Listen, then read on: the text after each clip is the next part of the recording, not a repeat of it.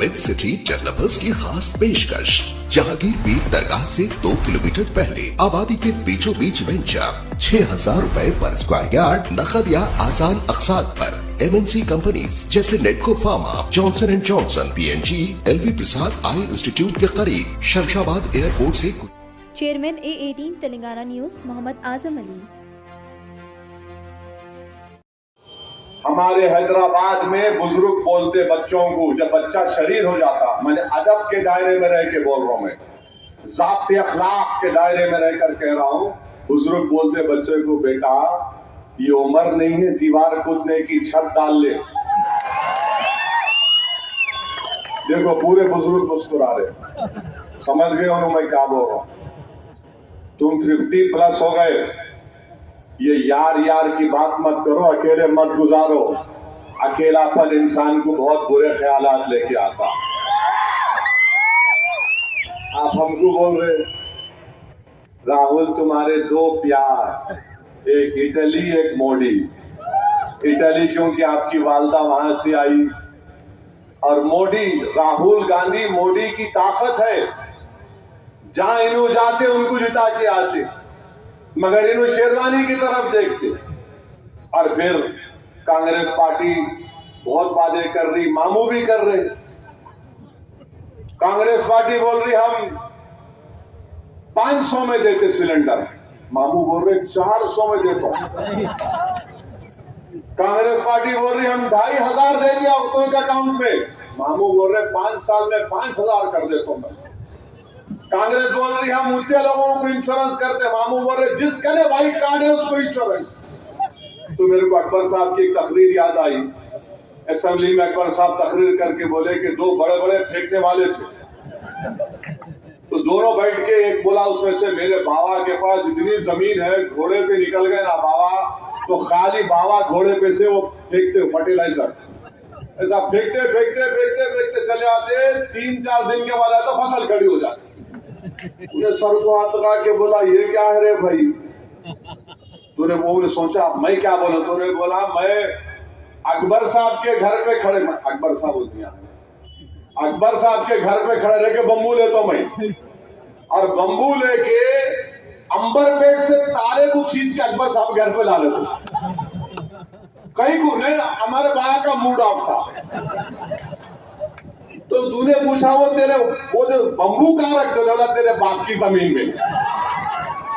तो ये है, ये फेकम फाकी हो रही है। गारंटी क्या है? गारंटी तुम्हारा इत्तेहाद है। बनता तेलंगाना की असेंबली में आपके लिए कानून बनता है। अगर आप इस बात का नोटिस लेंगे तो मुझे यकीन है कि आप अपने वोट को जाय नहीं होने देंगे। बताइए, आप दिल्ली से कांग्रेस के बड़े बड़े कायदीन आते हैं, कर्नाटका से आ रहे हैं, राहुल आए, उनकी बहन आई, कर्नाटका का CM आता है, मोदी आते हैं, अमित शाह आते हैं, योगी आते हैं। ऐसा लगता है कि हैदराबाद उतरते ही इनको नाम लेना पड़ता है मजलिस का असदुद्दीन ओवैसी का।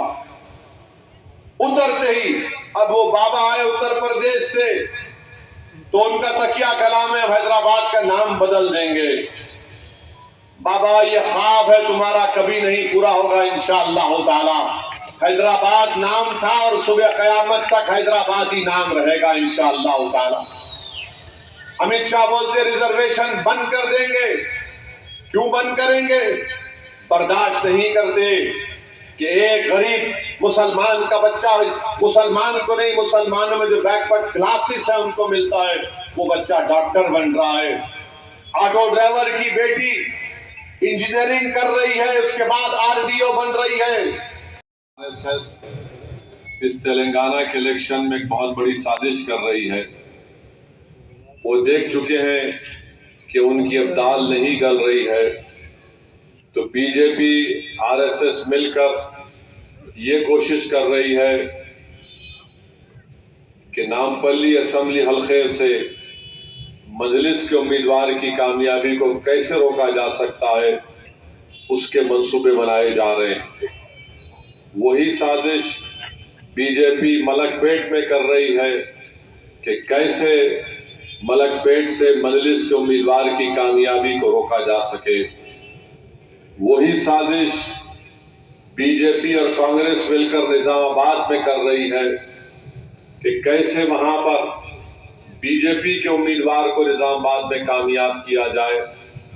वही कोशिश बीजेपी, आरएसएस और कांग्रेस मिलकर कर रही है अंबरपेट में, मुशीराबाद में, करीमनगर टाउन में, मधोल में।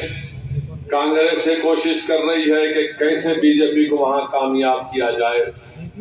वही कोशिश निर्मल में की जा रही है, कोड़ंगल में की जा रही है, कोरटला में की जा रही है, तांडूर में की जा रही है, और फिर आप देखते हैं आदिलाबाद टाउन में। तो मेरी आप सजवन गुजारिश है